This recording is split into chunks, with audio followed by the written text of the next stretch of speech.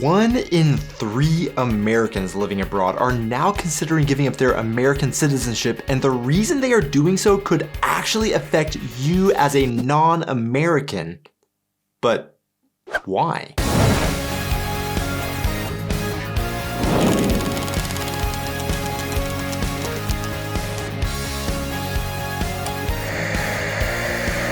Hey guys, and welcome back to our channel. I am Donnie, and along with my wife Aubrey, we are 2 Americans currently living in Germany with our baby, sharing all of our experiences living and traveling throughout Europe. I've been living in Germany for 5 years now, and I actually have an appointment in September to get German citizenship. In our time living in Germany, I have been met with questions from other foreigners from countries whose passports aren't particularly strong, wondering why on earth an American with one of the most powerful passports in the world would possibly need to get a German passport. Well, I'm actually not alone in this endeavor as an American trying to gain a different nationality, but fortunately for me, Germany just made it legal for all to hold multiple nationalities, so I actually am planning on keeping my American citizenship as well. However, new data shows that 1 in 3 Americans living abroad are planning to renounce their citizenship or are seriously considering it. But what if I told you that part of the reason why these Americans are looking at doing this is because of the laws the American government have imposed that actually also affects non-US citizens around the world, but have no idea, and one day Uncle Sam might come knocking on their door without any warning. Well, that's exactly what I'm going to talk about today in my video. What's the straight fact about American taxes? The US is extremely unique in that it is the only developed nation in the world that taxes its American citizens based on, well, being a citizen. At surface level, one might think, for example, Germans pay taxes in Germany because they are Germans. But that's not the case. Germany has a residence-based taxation system, which is the most common taxation system in the world, by the way. In this system, residents just pay taxes wherever they reside. If they are living in Germany, then they pay taxes there. If a German moves from Germany, they don't pay taxes to Germany anymore because they are no longer a German resident and instead pay taxes to whatever country they live in despite them still being German citizens. For Americans, it's not so simple.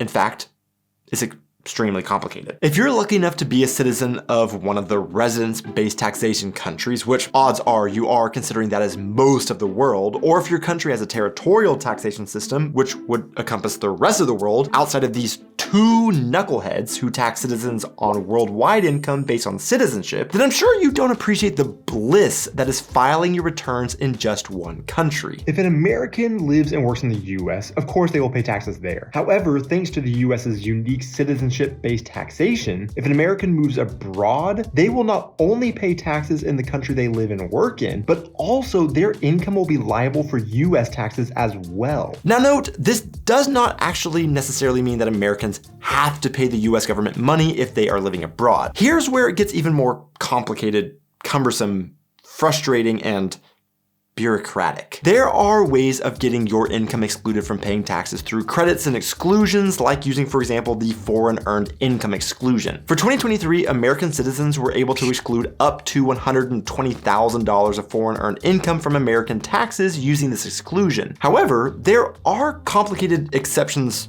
to the exceptions, like passive income doesn't count for this exclusion as one example. But what's really important to know, no matter what, you are not excluded from filing returns if you live and work outside the US, so the American government can check up and make sure you don't owe them something. In fact, because this is our reality, when I decided to get German citizenship, I started asking various accountants and such for advice on if it would be worth getting German citizenship, or if the tax situation would just be this complicated for the rest of my life and I shouldn't do it. Basically, they said if you moved back to the US, you wouldn't have to do anything with Germany anymore tax-wise and would just have to file American returns. However, well, if you live in Germany because of your American citizenship, yes, it will be complicated for the rest of your life. With how crazy complicated this can be, it is often very beneficial for Americans abroad to use a service like that of the sponsor of today's video, Expats Overseas. Expats Overseas has helped over 18,500 Americans with US returns overcome this daunting tax process, evident by their phenomenal reviews on Trustpilot. Along with their incredible human support who are quick to answer any questions and an average turnaround times of just 2 weeks after submitting all documents, they also offer an easy-to-use digital tax organizer to simplify submitting your information. And let me tell you, when you have to file returns in 2 different countries, it can be frustrating working with accountants in both countries who can only file for that country. Expats Overseas simplifies this by being able to file returns in the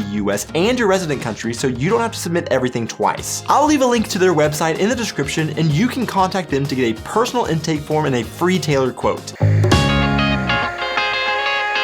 So you're asking yourself, okay, that sucks for Americans, but I still don't understand how that affects me, a European. Well, one of the ways it may affect you is if you fall under a scary category of Americans I didn't even know existed until last summer, and those are accidental Americans. Last year I went to a wedding in Poland, met an amazing Polish couple, and halfway through the night they surprised us by telling us that the wife was actually also American. Her parents were studying in the US and happened to have her while they were there, and then they moved back to Poland almost immediately, where she has been her entire life. Just like the US is extremely unique in that it taxes its citizens no matter where in the world they are, the US also falls under a minority of countries that gives citizenships unrestricted to any baby born on US soil, and often these types of citizens are called accidental Americans because they aren't really Americans in any sense of the word, besides they just happen to have gained American citizenship through some sort of weird circumstance, like this Polish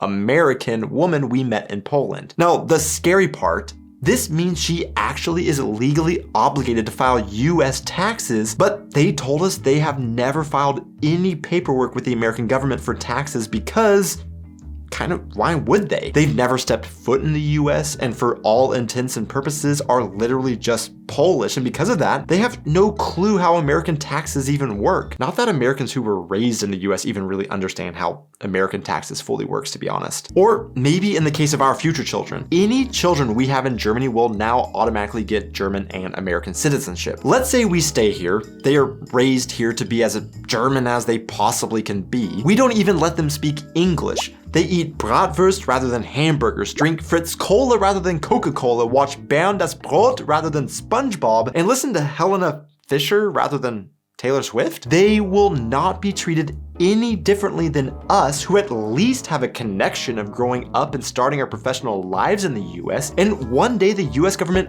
will come knocking wanting a cut of their German income.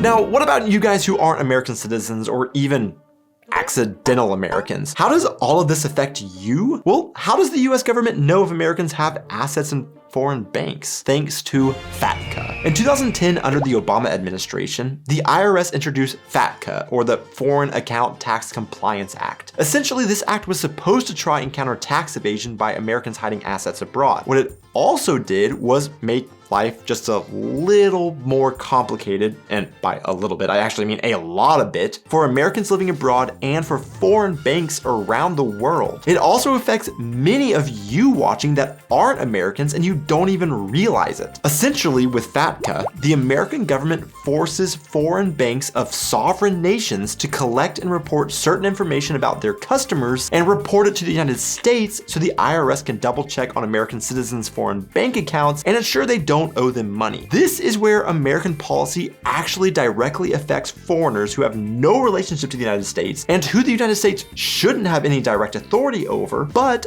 foreign banks often requires all of their customers to fill out some sort of self-certification form proving they are not an American citizen, so the bank doesn't have to report their bank account information to the IRS. By the way, this is what makes it kind of scary for those accidental Americans who think just because they haven't submitted anything to the American government, they can live anonymously without Uncle Sam one day catching up to them. But what if foreign banks say, "No, I am in France, United States, you can't force me to comply with your American laws." That was a terrible French accent. Well, the US slaps a 30% withholding penalty on any current or future US dollar transactions. And because the US dollar is overwhelmingly the world's most frequently used currency in global trade, this can really impact a bank's financial situation, making it an ideal way of coercing foreign banks into doing what the American government wants them to do. In fact, many international financial entities no longer accept American account holders because of the additional work and expensive compliance with FATCA regulations, thus making life a little more difficult for Americans living abroad to even open a bank account in some places. Now, you would think that once you finally traverse the complicated system of filing your returns as an American abroad, you can breathe easy knowing that you have provided Uncle Sam with all the financial information they could possibly need. But you are wrong. Because Uncle Sam wants to know if their citizens happen to have a foreign bank account that has had over $10,000 in it at any time in the last year, and even with FATCA, they want you to fill out a separate form and send it in informing them of this. Yes, you also have to fill out an FBAR, or Foreign Bank Account Report, and let them know how much cash you have stashed. This doesn't mean that you actively have $10,000 at that moment, but just at some point in the year, even if for just one day in that year you had more than $10,000, then you have to submit this form in addition to filing your taxes. Now, when you move abroad, the US government doesn't do the courtesy of sending you a packet of letting you know your new tax obligations that are unique to Americans living abroad. Instead, if you don't use some sort of professional help that can guide you, you are just supposed to know all of this additional paperwork. So what if you don't submit this form accidentally? You can be hit with a fine of $10,000. So the answer may be becoming more clear already, but why are 1 in 3 Americans looking at the possibility of giving up their US citizenship? If you aren't savvy on American history, let me fill you in a bit. One of the big grievances the American colonies had against the UK was that they were being taxed but had no representation in the British government. They felt it was unfair that no one was advocating for them, but they were still being forced to pay into that system. Well, this was part of the reason that led to the Revolutionary War, that led to independence, and if you see where I'm going with this, the US is doing this exact same thing to American citizens today. There are an estimated 5.1 to 9 million American citizens living abroad, and if you look at the population of US states, this makes a population bigger than a majority of the US states. Yet, we have no representation in the government like our fellow citizens actually living in the states. On top of that, in many ways, Americans abroad don't even receive the benefits of our taxes since we are living abroad. So make no mistake, this complicated tax system is often what drives people from the US to renounce citizenship. The fact is, most people who renounce citizenship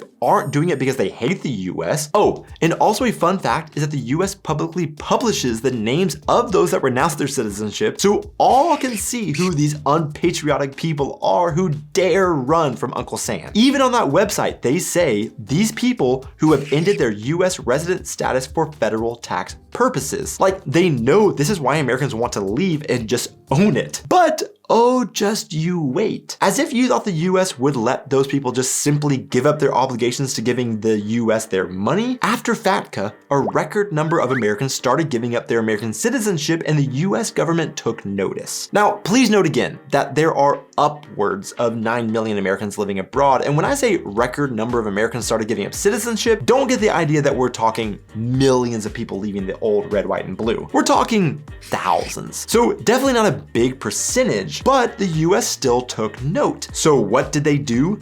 They made the fee for giving up American citizenship more expensive. Oh wait, I don't think I emphasized that enough. They made it over 5 times more expensive, increasing the price from one of the most expensive renunciation fees in the world already at $450 to $2,350. To put this into perspective, here are a few fees from around the world for renouncing your citizenship. Our current home country, Germany, free. Singapore, about $25 US.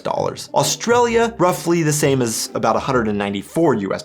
New Zealand, around $243 US. Canada, only $73 US. And even one of the most expensive in the world, the UK, is still significantly cheaper at only $570 US. In fact, Even in Germany, which previously didn't allow everybody who naturalized to keep their former citizenship, would sometimes make an exception for Americans because they deemed the American renunciation fees as undue financial hardship if they determined you couldn't afford it. Now, the US has started discussing reducing the fee back down to what it used to be, but this hasn't happened yet. To see who made it this far into the video, the random question of the week is: would you recommend a trip to Mallorca for a family? Thanks so much for watching, guys. Be sure to hit those like and subscribe buttons, and I will see you in my next video.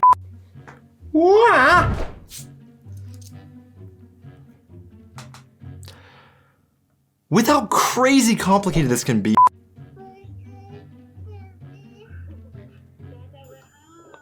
Oh, okay. Well, I'm in the middle of filming a video, so let me finish this and I'll come down. Okay. Love you too. Bye-bye.